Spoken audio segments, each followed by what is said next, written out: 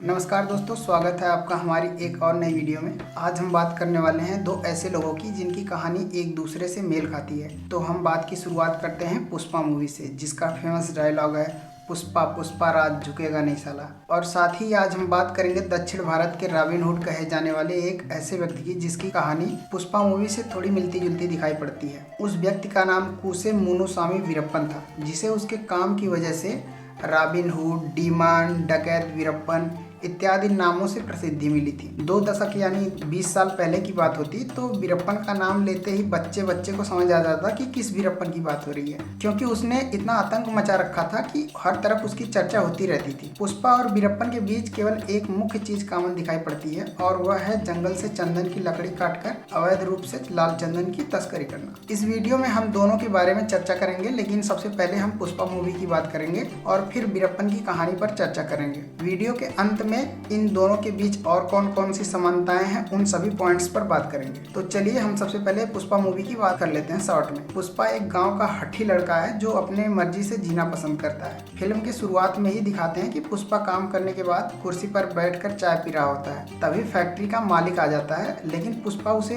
नजरअंदाज करके अपनी चाय पीना जारी रखता है। इस बात पर फैक्ट्री का सुपरवाइजर आता है और पुष्पा को कहता है कि मालिक की इज्जत करो और बाकी सभी वर्कर्स की तरह खड़े हो जाओ। इस बात पर पुष्पा सुपरवाइजर को जवाब देता है कि तुम्हारा मालिक मुझे काम करने के पैसे देता है या इज्जत करने के। और जब सुपरवाइजर उसे काम से निकालने की धमकी देता है तो पुष्पा अपनी मेहनत की मजदूरी मांगता है, और वह केवल आधे दिन की मजदूरी का पैसा लेकर बाकी पैसा वापस कर देता है और सुपरवाइजर से कहता है कि अपने मालिक से कहो इस पैसे से खुद के लिए इज्जत खरीद ले। और यहीं से पता चलता है कि पुष्पा किसी के सामने तो झुकने वाला नहीं है। और जब पुष्पा काम छोड़कर जा रहा होता है तो एक केशव नाम का मजदूर भी काम छोड़कर पुष्पा के पीछे पीछे चल देता है और बोलता है, भाऊ तुम्हारे अंदर बहुत हिम्मत है, तुम बहुत आगे जाओगे।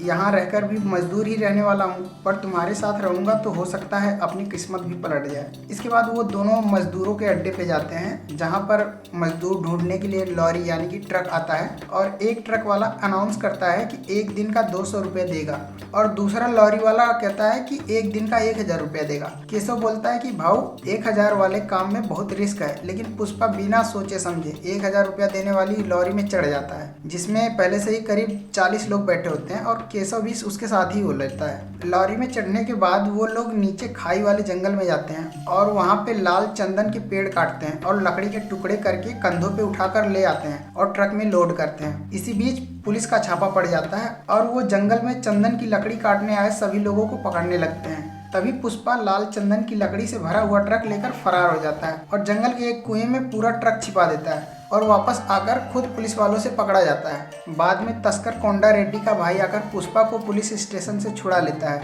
और पूछता है कि लाल चंदन से भरा ट्रक कहाँ छुपा रखा है। तो पुष्पा ट्रक का पता बताने के लिए 5 लाख रुपए मांगता है और शर्त मंजूर हो जाने के बाद वो उनके साथ जाता है और ट्रक का पता बता देता है। इस तरह पुष्पा का लाल चंदन की तस्करी और पुलिस से दुश्मनी का सिलसिला शुरू होता है और आगे चलकर पुष्पा खुद सभी तस्करों से आगे निकल जाता है और लाल चंदन की तस्करी की दुनिया का बेताज बादशाह बन जाता है। अब आइए हम एक नज़र रॉबिन हुड यानी वीरप्पन की कहानी पर डाल देते हैं। वैसे तो वीरप्पन की जिंदगी पर आधारित बहुत सी फिल्में अलग अलग भाषाओं में बन चुकी हैं, फिर भी हम सीमित रूप में कुछ पॉइंट्स पर ही बात करेंगे। तो वीरप्पन यानी जिसका पूरा नाम कुसे मुनुसामी वीरप्पन था और उसका जन्म 18 जनवरी 1992 को एक तमिल परिवार में तत्कालीन मद्रास राज्य के गोपीनाथन गांव में हुआ था। अब ये गांव कर्नाटक के चामराजनगर जिले के अंतर्गत आता है। वीरप्पन की बीवी का नाम मुत्तुलक्ष्मी सामी था। वीरप्पन भारत के आदिवासी समुदाय से था, यानी वीरप्पन भारत का मूल निवासी था। उसका परिवार चरवाहों का काम किया करता था, जिसकी वजह से वीरप्पन जंगल में बचपन से ही जाता आता रहता था। वीरप्पन के चाचा का नाम सालवे गौंडर था, जो कि एक चंदन तस्कर और शिकारी का काम किया करते थे। अपने चाचा से प्रेरित होकर ही कुसे मुनुसामी वीरप्पन ने भी शिकार करना शुरू कर दिया और चंदन की तस्करी का काम भी करने लगा। कम उम्र में ही वीरप्पन एक अच्छा निशानेबाज शूटर बन गया था, पर दूसरे तस्कर गैंग वालों को ये बात अच्छी नहीं लगी। वो वीरप्पन को अपने रास्ते से हटाना चाहते थे, इसलिए वो पुलिस को वीरप्पन की सूचना दे दिया करते थे। जब वीरप्पन को बार बार पुलिस से भागना पड़ा तो उसने सभी खबर देने वाले दूसरे गैंग्स का सफाया कर दिया और तस्करी के मामले में जंगल पर पूरी तरीके से कब्जा कर लिया और आगे चलकर पैसे कमाने के लिए किडनैपिंग का धंधा भी शुरू कर दिया था। उसने कई नेता, फिल्म स्टार और पुलिस वालों को किडनैप किया था। सबसे बड़ी किडनैपिंग कन्नड़ सिनेमा के सुपरस्टार राजकुमार की 30 जून सन 2000 को की थी। एक बार वीरप्पन ने 18 पुलिस वालों को किडनैप करने के बाद सरकार से डिमांड रखी थी कि सरस्वती नदी के विवाद में अरेस्ट हुए तमिल लोगों को रिहा कर दिया जाए और तमिल कवि तिरुवरुवर की एक प्रतिमा बेंगलुरु में लगाई जाए और तमिल भाषा को कर्नाटक की दूसरी भाषा घोषित कर दिया जाए। वीरप्पन ने कई राज्यों के जंगलों से हाथियों और चंदन के पेड़ों का सफाया कर दिया था। उस समय चंदन की लकड़ी की तस्करी महंगे दाम पर होती थी, पर उससे भी महंगे ऊंचे दाम पर हाथी के दांत की तस्करी होती थी, जिसको पाने के लिए तस्कर हाथियों को जान से मार दिया करते थे। वीरप्पन उन तस्करों का सरदार बन गया था और खुद भी हाथियों का शिकार किया करता था। वीरप्पन ने 20 सालों तक कर्नाटक और तमिलनाडु के जंगल में अपना आतंक कायम करके रखा था।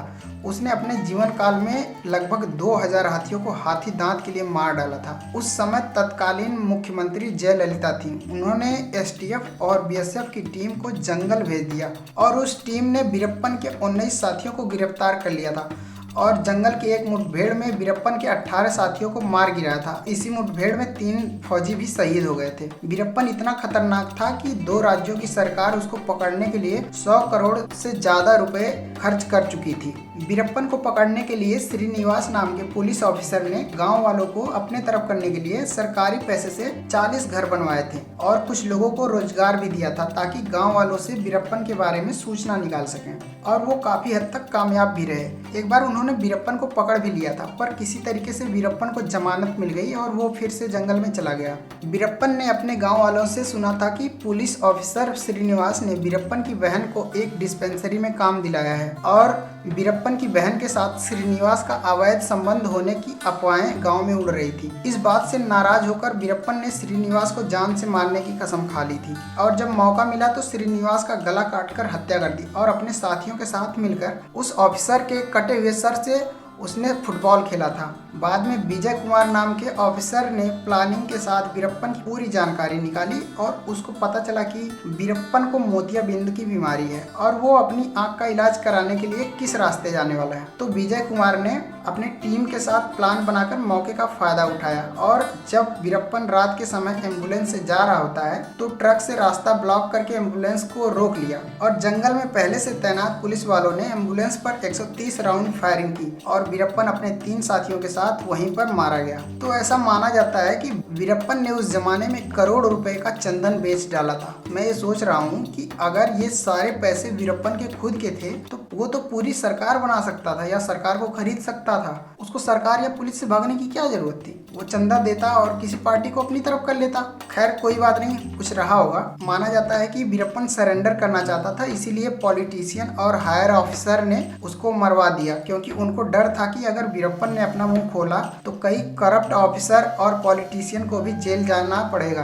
तो चलिए अब हम बात कर लेते हैं कि पुष्पा मूवी और वीरप्पन की कहानी में क्या समानताएं दिखती है। तो सबसे पहली समानता है कि दोनों अवैध रूप से जंगल के पेड़ काटते हैं जो कि जिस पर सिर्फ सरकार का हक होता है, और दूसरी समानता दोनों लाल चंदन की तस्करी करते हैं। तीसरी समानता है दोनों अभिमानी स्वभाव के हैं, यानी कि किसी के सामने झुकना पसंद नहीं करते हैं। और चौथी समानता है दोनों की पुलिस वालों से बनती नहीं है। और पांचवी समानता है पुष्पा जिसकी गैंग में शामिल होता है उसका नाम कोंडा रेड्डी होता है, जबकि वीरप्पन ने अपने चाचा की गैंग से शुरुआत की थी और उसके चाचा का नाम साल्वे गौंडर था। मतलब कि ये दोनों तस्कर जो हैं इनका नाम थोड़ा सिमिलर साउंड करता है, जैसे कि एक का नाम है कोंडा, एक का नाम है गौंडर। तो ये भी एक समानता के रूप में हम ले सकते हैं। और छठी समानता अगर देखें तो तस्करी और गुंडागर्दी का काम करने के बाद भी दोनों ने अपने लिए लड़की पसंद की थी, इसके बाद शादी की थी। तो ये छठी समानता हो गई। बाकी मुझे अब तक बस इतनी ही बातें मिलती जुलती दिखाई पड़ रही हैं। आप अपनी राय कमेंट बॉक्स में जरूर लिखना। मैं ऐसा बिल्कुल भी नहीं कह रहा कि पुष्पा फिल्म वीरप्पन के जीवन से प्रेरित है, क्योंकि